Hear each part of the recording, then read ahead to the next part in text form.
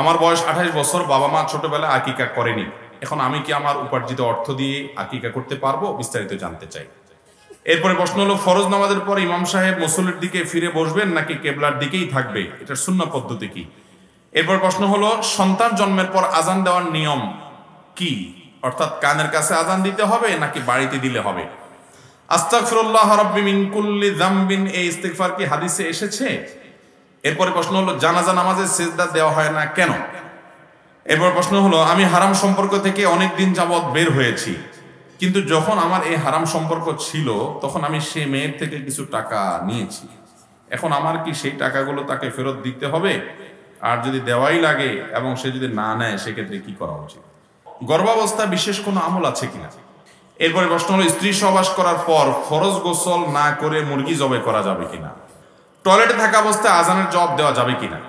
মায়ের সম্পত্তির ভাগ বটোয়ারা সম্পর্কে ইসলাম কি বলে? আমার এলাকার পাশের গ্রামে এক লোক জীবিত থাকা অবস্থায় নিজের কবর নিজেই খুঁড়ে রেখেছে, এটা কি কোনো ফজিলতপূর্ণ কিছু? প্রথম প্রশ্ন হলো, আমার স্বামী রাতে আমার পাশে শুয়ে শুয়ে 1-2টা পর্যন্ত মোবাইল টিপে, এটা কি ঠিক? এই রোগে তো বেশিরভাগ মানুষই রোগী। এই বেচারি হয়তো তার কোনো দামি মোবাইল নাই, অ্যান্ড্রয়েড সেট স্মার্টফোন নাই, হয়তো শুধু স্বামী একলা একলা টিপে। আর যাদের ঘরে বউ জামাই দুইজনের আছে তারা দুইজনে 2টা টিপে, আর বাচ্চা একবার বাপেরটা দেখে একবার মায়েরটা দেখে। ভাইরা আমার, আমাদের সংসারগুলোকে শেষ করে দিছে এই স্মার্টফোনে। স্মার্টফোন, এটার ব্যবহার যদি আপনি ভালো করতে পারেন, এটা হলো সাপের বিষ দিয়ে ঔষধ বানানোর মতো। আপনি যদি এটার ভালো ব্যবহার করতে পারেন তাহলে এটা দিয়ে আপনি অনেক সওয়াব কামাইতে পারবেন, অনেক উপকার পাবেন। আর যদি আপনি এটাকে সঠিকভাবে ব্যবহার করতে না পারেন, বরং আপনি যদি নিজেই ডাইরেক্ট হয়ে যান এটার পিছনে গিয়া অহেতুক ঘন্টায় ঘন্টা টিপেন, কেন টিপেন নিজেও জানেন না, ফেসবুক ইউটিউবে ভূতের মতো পড়ে থাকেন, সারাদিন ঘাঁটতে থাকেন, সময় নষ্ট করেন, তাহলে ওই বিষধর সাপের বিষ দিয়ে ঔষধ বানানোর যাত্রার কাম না। ওইটা যদি আপনি করতে না পারেন, উল্টা সাপের দংশ নিজেও মরতে পারেন। এই মোবাইল ফোনের অপব্যবহার আজকে আমাদেরকে সেই পর্যায়ে নিয়ে গেছে। ভাইরা আমার, আমি এই জন্য প্রায় বলি, দুনিয়াতে মোবাইলের ভার বহন করা সহজ হলেও আখেরাতে এই মোবাইল দিয়ে যেসব আকাম কুকাম করেন এর দায়ভার বহন করা অনেক কঠিন হবে। আপনি রাতে বিছানায় গিয়েছেন, বাসায় গিয়েছেন, আপনার স্ত্রীর হক তাকে সময় দিবেন, আপনি সেটা না দিয়ে মোবাইল টিপাটিপি করছেন এবং আননেসেসারি টিপাটিপি করছেন, অপ্রয়োজনীয় ঘন্টাকে ঘন্টা বহু সংসারকে শেষ করে দিচ্ছে। আল্লাহ তাআলা মোবাইলের এই সঠিক ব্যবহার করার তৌফিক আমাদেরকে দান করুন। আমরা মোবাইলকে ব্যবহার করব না মোবাইল আমাদেরকে ব্যবহার করবে? এখন যারা মোবাইলের কাছে অটো হয়ে গেছে, আপনার চুম্বকের মতো মোবাইলের কাছে হাত চলে যায়, সারাক্ষণ টিপাটিপি করে, এই লোকগুলো মোবাইলকে ব্যবহার করে না, বরং মোবাইলে তাদেরকে ব্যবহার করে। আল্লাহ তাআলা আমাদেরকে এই নেশা থেকে বেঁচে থাকার তৌফিক দান করুন। এটাকে নিয়ন্ত্রণ করতে হবে, সৎ সাহস লাগবে। কোনো স্বামী যদি এরকম করে তাহলে সেক্ষেত্রে তিনি স্ত্রীর অধিকার নষ্ট করছেন, আবার কোনো স্ত্রী যদি এরকম করেন তাহলে তিনি স্বামীর অধিকার নষ্ট করছেন, আর স্বামী স্ত্রী দুইজন মিলে 2টা যদি টিপাটিপি করেন তাহলে সন্তানের অধিকার নষ্ট করছেন এবং নিজেদের অধিকার পরস্পর নষ্ট করছেন। আল্লাহ তাআলা আমাদেরকে এই সমস্ত নেশা থেকে বেঁচে থাকার তৌফিক দান করুন। কিয়ামতের আগে অনেক ফিতনা আসবে ভাই, এটাকে একটা ফিতনা বলতে পারেন, যে ফিতনা এটাতে পতিত হয়ে বহু মানুষ আমল হারা হবে, তাকওয়া হারা হবে, ঈমান হারা হবে, চোখের গুনাহ করবে, মনের জিনা করবে, মিথ্যা প্রপাগান্ডা ছড়াছড়ি এই সমস্ত কাজে লেগে যাবে। আল্লাহ তাআলা এই অন্যায় অনাচার থেকে, গুনাহ থেকে আমাদেরকে বেঁচে থাকার তৌফিক দান। আমার এলাকার পাশের গ্রামে এক লোক জীবিত থাকা অবস্থায় নিজের কবর নিজেই খুঁড়ে রেখেছে, এটা কি কোনো ফজিলতপূর্ণ কিছু? না ভাই, কিছু বেহুদা কাজ আছে, আমরা এটাকে অনেক সওয়াবের কাজ, অনেক বড় মর্যাদার কাজ মনে করি, আছে না নেই? কিছু লোক আছে দেখবেন এই টাইপের অনেক কাজ করে, উনি নিজের কবর নিজে খনন করে রাখছে। কি আল্লাহওয়ালা মানুষ, ওনার মৃত্যুর জন্য কত প্রস্তুত তিনি, যে নিজের কবরটা নিজে খুঁড়ে বসে আছে। হ্যাঁ ও ভাই, আপনার কবর খনন করার দায়িত্ব পুরো এলাকাবাসীর কেউ যদি আপনার কবর খনন না করে তাহলে সবাই ফরজে কিফায়া, ফরজ তরক করার গুনাহ হবে। কোন এলাকা মানুষ মারা গেলে তাকে দাফন কাফন করা পুরো এলাকার বাসীর উপরে কি ফরজে কিফায়া। কেউ না কেউ যদি করে সবার পক্ষ থেকে আদায় হবে, আর কেউ যদি না করে সবাই গুনাহগার হবে। তো অন্যদের উপরে যেটা ফরজে কিফায়া, আপনাকে কে বলছে ওইটা মানে কাটার জন্য? আপনি এই কাজের সময় না দিয়া বরং পারলে একটা রাস্তা ভেঙে গেছে, কিছু মাটি নিজের জমিন থেকে কেটে সেই রাস্তাটা বেঁধে দেন, সেটা ঠিক করে দেন যাতে মানুষের চলতে সুবিধা হয়, তাতে আপনি সওয়াব পাবেন। আপনার নিজের কবর খুঁড়তে বলছে কি? কিছু আজাইরা কাজ আমরা অনেক সময় করি, মনে করি যে বিশাল ফজিলতের কাজ করে ফেলছি, অনেক সওয়াবের কাজ করে ফেলছি। হ্যাঁ, আপনি অন্য মুসলমান মারা গেছে তার কবরটা খনন করে দেন, কোনো পয়সা করে নিবেন না, আল্লাহকে খুশি করার জন্য, এটা অনেক সওয়াবের কাজ। নিজের কবর আপনার জন্য নিজের খনন করা জরুরি না। এটা যদি এত বড় ফজিলতপূর্ণ কাজ হতো তো আমাদের নবী সাল্লাল্লাহু আলাইহি সাল্লাম কবর খনন করে নিজেরটা নিজে রেখে যেতেন, সাহাবীরাও করে যেতেন, কই তারা তো এটা করেন নাই। ঠিক না ভাই? ঠিক। অনেক লোক আছে অনেক আগে থেকে কবর খনন করে, সেখানে যে বসে থাকে, উনি আখিরাতের জন্য কত প্রস্তুত।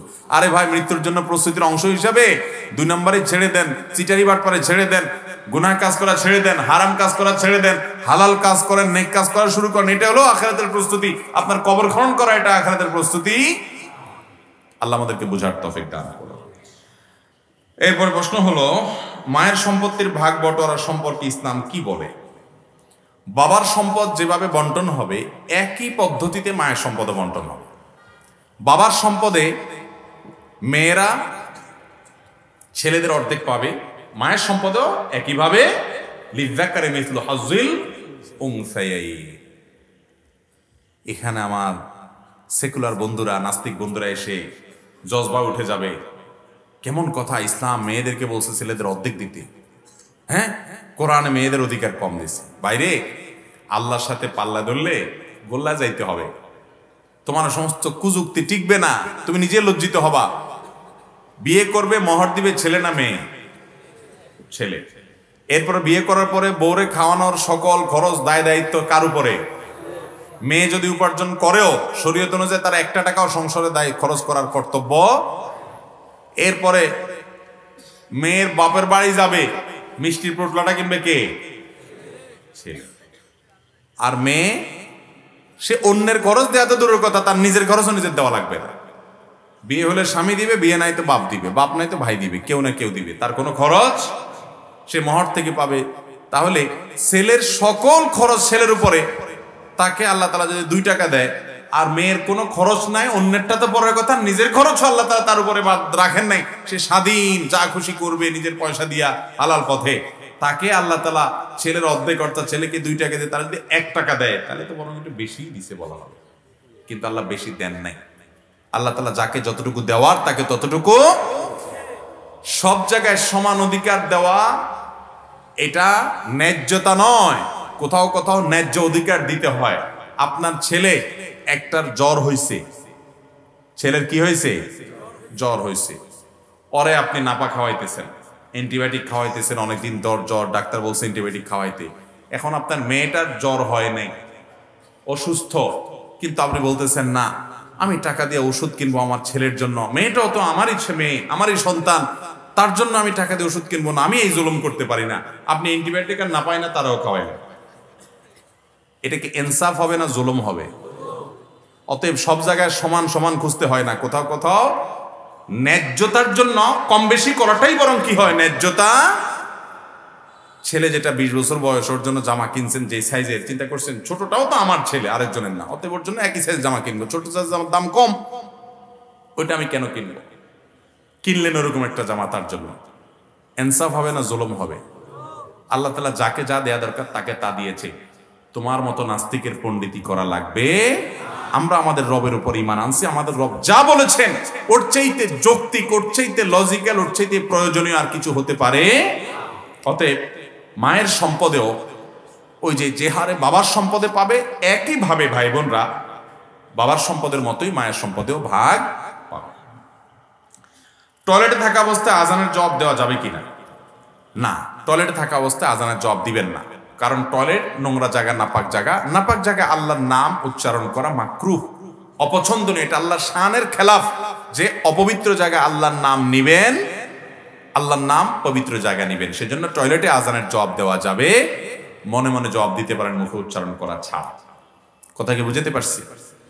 এরপরে প্রশ্ন হলো, স্ত্রী সহবাস করার পর ফরজ গোসল না করে মুরগি জবাই করা যাবে কিনা? যাবে, কোনো অসুবিধা নেই। ফরজ গোসল করা ছাড়া হাঁস, মুরগি, গরু, ছাগল এগুলো জবে করতে কোনো অসুবিধা। ফরজ গোসল দ্রুততার সাথে করে ফেলাই ভালো। কোনো কারণে যদি মনে হয় যে এখন গোসল করব না, নামাজের আরো বাকি আছে, 1 ঘন্টা 2 ঘন্টা আরো পরে করব, তাহলে আপনি এই ফাঁকে অন্যান্য কাজ করতে পারবেন, করলে গুনাহ হবে না। তবে উত্তম হলো ওযু করে নিয়ে তারপর অন্যান্য কাজ করা। যদি ওযু না করেও করেন তাতেও মুরগি খাওয়া হালাল হবে, জবে হালাল হয়ে যাবে, কোনো অসুবিধা হবে না। আমাদের দেশে মহিলাদের ব্যাপারে ফতোয়া দেওয়া হয় যে মহিলারা গোসল ফরজ হলে ঘরের কোনো কাজ করতে পারবে না, বাচ্চারা দুধ খাওয়াতে পারবে না। বোগাস কথা, ভিত্তিহীন কথা। এটা মহিলা আর পুরুষের জন্য আলাদা কোনো পার্থক্য। গোসল ফরজ হলে দেরি না করে তাড়াতাড়ি গোসল করে ফেলা উত্তম, মহিলার জন্য পুরুষের জন্য সমান কথা। যদি কোনো কারণে দেরি করতে হয় তাহলে আপনি গোসল ফরজ হয়েছে রাত 10টা, 11টা, 12টা, 1টা, ফজরের নামাজ এখনো বাকি আছে, আপনি ফজরের আগ দিয়ে গোসল করতে চাচ্ছেন, চলবে, অসুবিধা নেই, ফজরের আগে তো করতেই হবে। তো আপনি এই সময়টা ঘুমাইতে চাচ্ছেন, ওযু করে ঘুমান, এটা উত্তম। যদি ওযু করা ছাড়াও গুনাহ হবে না, এটা জাস্ট উত্তম অনুত্তমের ব্যাপার। অতএব মুরগি জবে করলে সে মুরগি খাওয়া হালাল হবে, হাড় জবা করতে পারেন, তাতে জবে হয়ে যাবে, কোনো অসুবিধা নাই। এরপরে প্রশ্ন হলো, গর্ভাবস্থায় বিশেষ কোনো আমল আছে কিনা? গর্ভবতী মায়েরা গর্ভাবস্থায় তারা কোনো আমল করবেন কিনা? এর উত্তর হলো যে সুনির্দিষ্ট করে গর্ভবতী মায়ের জন্য এই আমল, এই দোয়া, এই সূরা, আলাদা আলাদা বিভিন্ন জিকিরের কথা কোরআন হাদিসে বলা হয়েছে, এরকম কোনো সুনির্দিষ্ট জিকির বা দোয়া নাই। তবে এটা ঠিক যে অভিজ্ঞতা দ্বারা প্রমাণিত, তাজরিবা দ্বারা প্রমাণিত যে গর্ভাবস্থায় মায়েরা তাদের গর্ভস্থ সন্তান যাতে নেক হয়, ভালো হয়, গর্ভাবস্থায় তারা যে নেক আমলগুলো করে এর একটা প্রভাব সন্তানের উপরে অনেক সময় পড়ে। এই জন্য অনেক উলামা ইকরাম পরামর্শ দেন বেশি বেশি কোরআন তেলাওয়াত করবেন, কোরআন তেলাওয়াত শুনবেন, এবং হারাম অন্য সময় তো খাবেনই না, এই সময় একেবারেই টোটালি, কারণ এটা দ্বারা আপনার সন্তানের দেহ গঠিত হবে, হারাম ভুলেও খাবেন না, সন্দেহযুক্ত কিছুই খাবেন না। সেই সাথে আল্লাহ যেন সন্তানটাকে নেক বানান, চোখের পানি ফেলে দোয়া করবেন, আল্লাহ আমার অনাগত সন্তানটাকে আপনি নেক বানান, ভালো মানুষ বানান। এই যুগে কোটিপতি হওয়া, কোটি কোটি টাকা বানানো এত কঠিন না, নিজের সন্তানটাকে মানুষ বানানো যত কঠিন। শিক্ষিত বানানোর কথা আমি বলছি না, শিক্ষিত বানানো সোজা, আলেম বানানো সোজা, কঠিন কিচ্ছু না। ভালো একটা মাদ্রাসা দিয়ে দিলেন, আলেম হয়ে যাবে। মানুষ হওয়া, মুত্তাকি হওয়া, ইমানদার হওয়া, আল্লাহ বিরু হওয়া, এটা সবচেয়ে কঠিন কাজ। এই জন্য গর্ভস্থ সন্তানের জন্য চোখের পানি ফেলে দোয়া করবেন।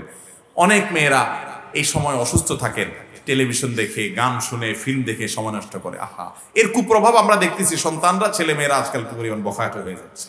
এই জন্য গর্ভাবস্থায় মায়েরা নেক আমল করবেন, কোরআন তেলাওয়াত করবেন, জিকির আজকার করবেন, দোয়া দুরূদ করবেন, আল্লাহর কাছে গর্ভ যেন খালাস হওয়া যেন সহজ, সেজন্য দোয়া করবেন, গুনাহের কাজ করবেন না। আল্লাহ আমাদের আমলের তৌফিক দান করুন।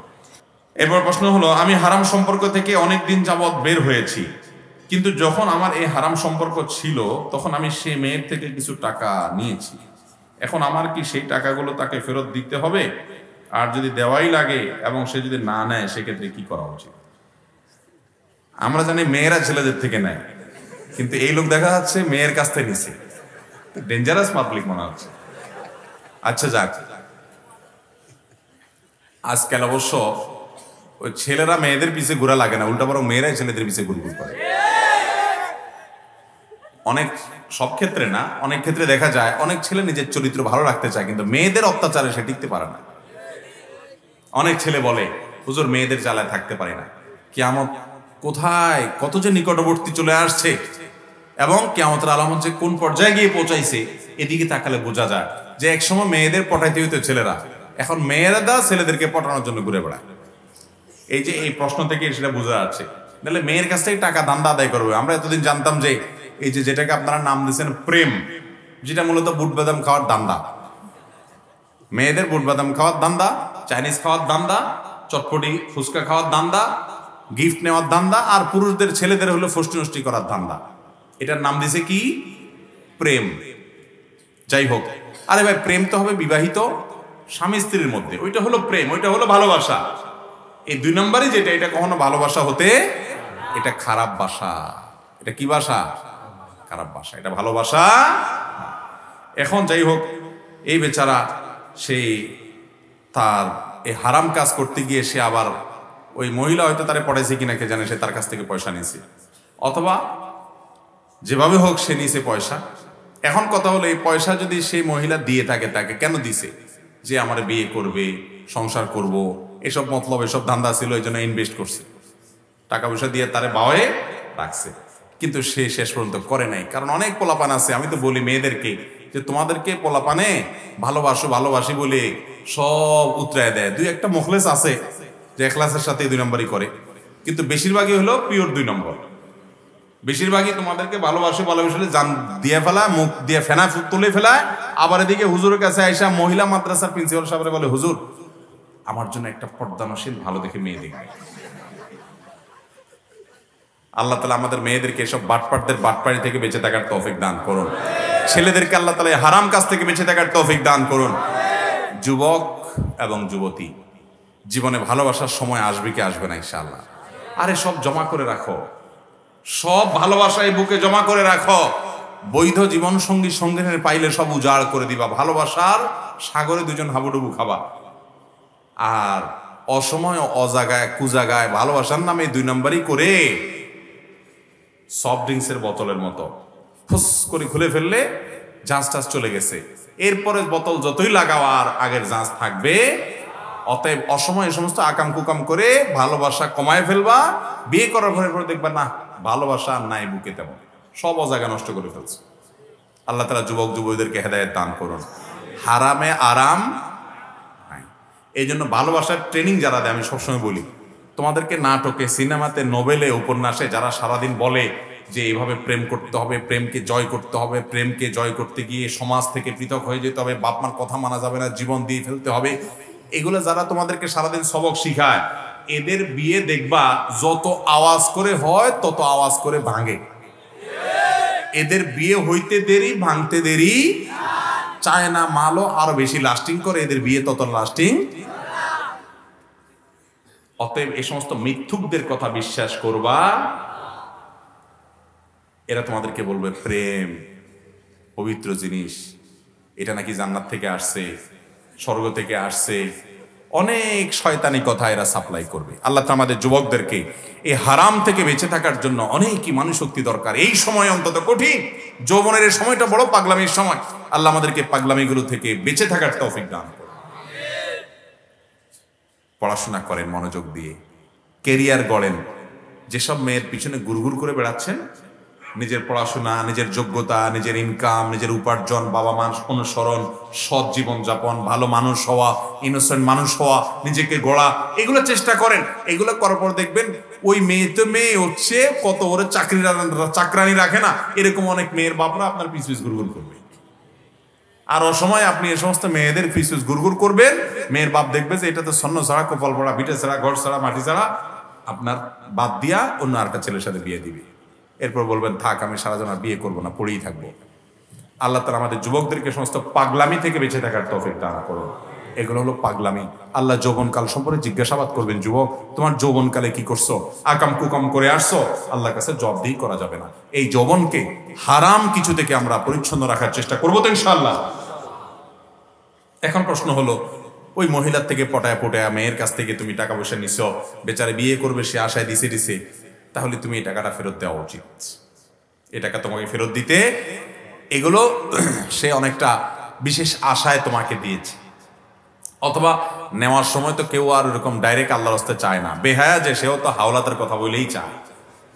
অতএব তুমি হাওলাত বলে নিছো, এরকমই হওয়ার কথা। যদি সেটাই হয় তাহলে তো হাওলাত তোমাকে অবশ্যই পরিশোধ করতে হবে। আর যদি গিফট পারস্পরিক ভাবে দিয়ে থাকো একজন অন্যজনকে, তাহলে সেক্ষেত্রে গিফট ফেরত দেওয়া কোনো আবশ্যক নয়। তবে এমন কোনো গিফট যদি হয় সেটা দেখলে তার কথা বারবার মনে পড়বে, আবার সে গুনাহের জগতের জল্পনা কল্পনা হারিয়ে যাবা, তাহলে ওটা তুমি হয় ফেরত দাও, আন্দোলন অন্য কাউকে দান করে দাও। ওটা চোখের সামনে রাখিও না, কারণ তো ওটা তোমাকে গুনাহের দিকে আবার যেতে প্ররোচিত করতে পারে।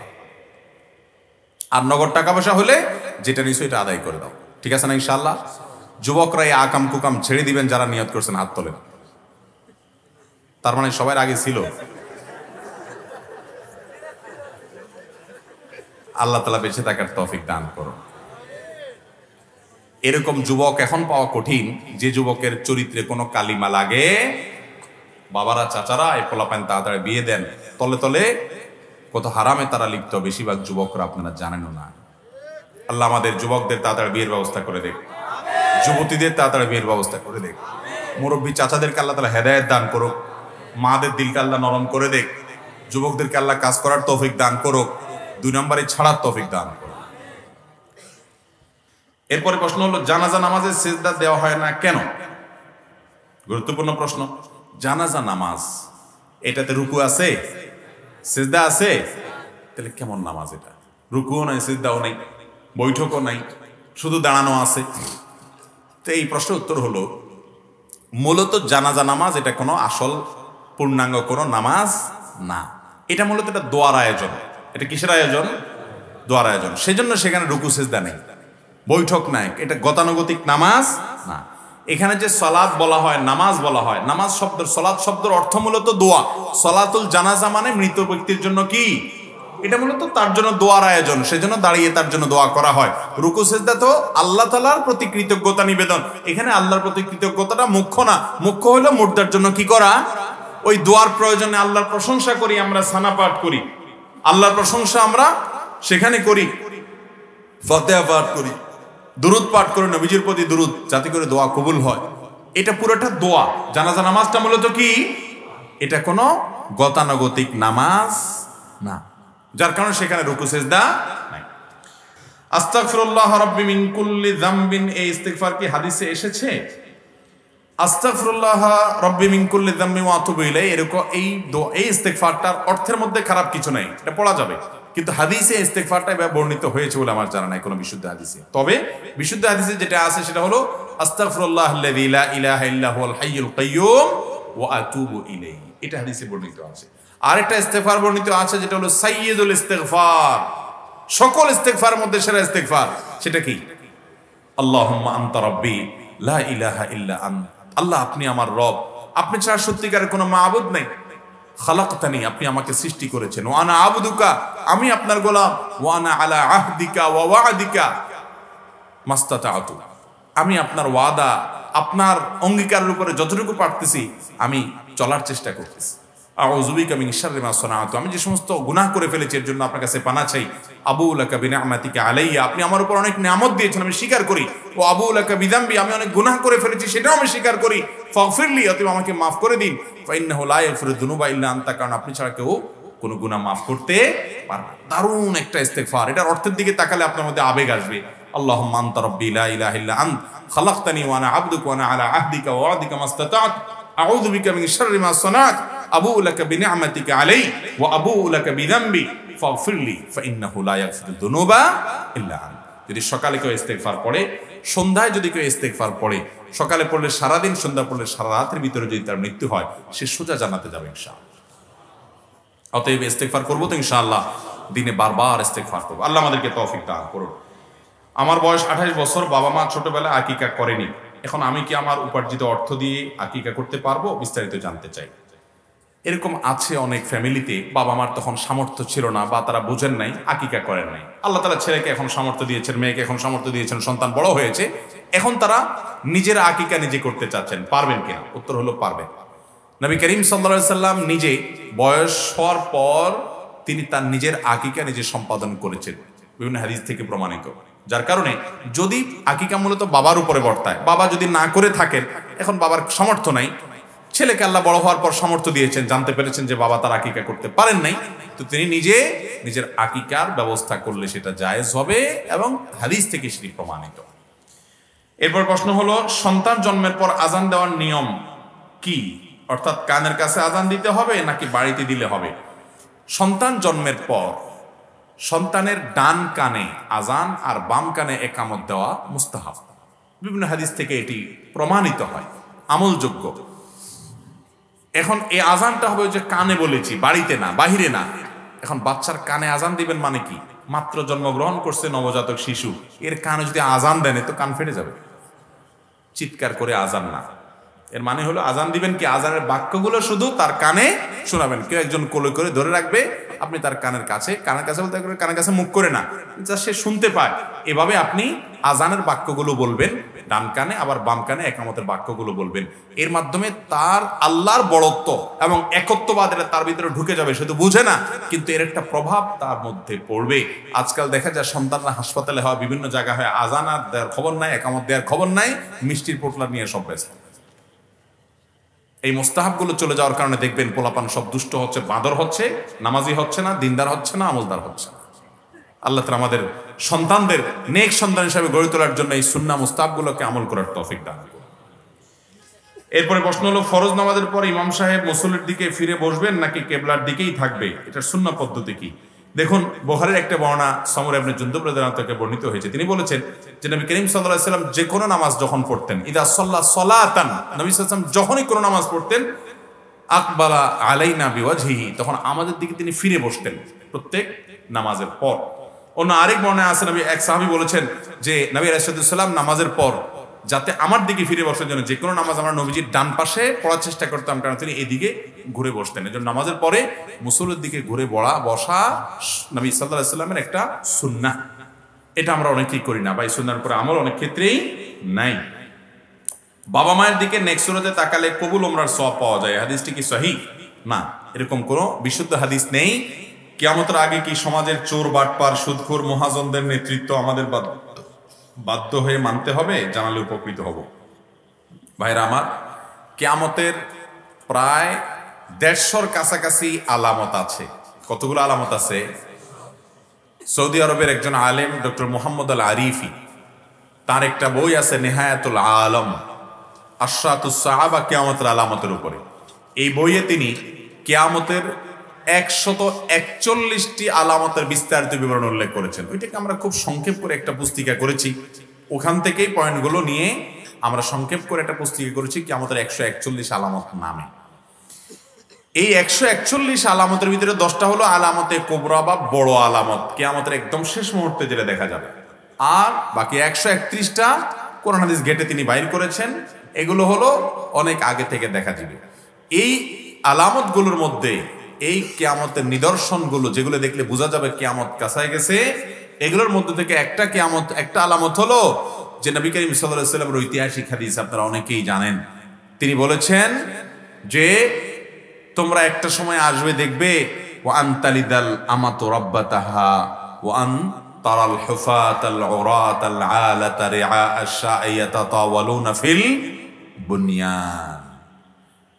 এক সময় পায়ে জুতাও ছিল না, রাখাল ছিল, সমাজের খুব হীন দিনও ছিল। এই ধরনের তুচ্ছ মানুষগুলো হয়তো বস্তিতে বড় হয়েছে, হয়তো শিক্ষাও পায় না, বস্তিতে কোনো দোষ নাই। উদ্দেশ্য হলো যে কোনো কালচার পায় নাই।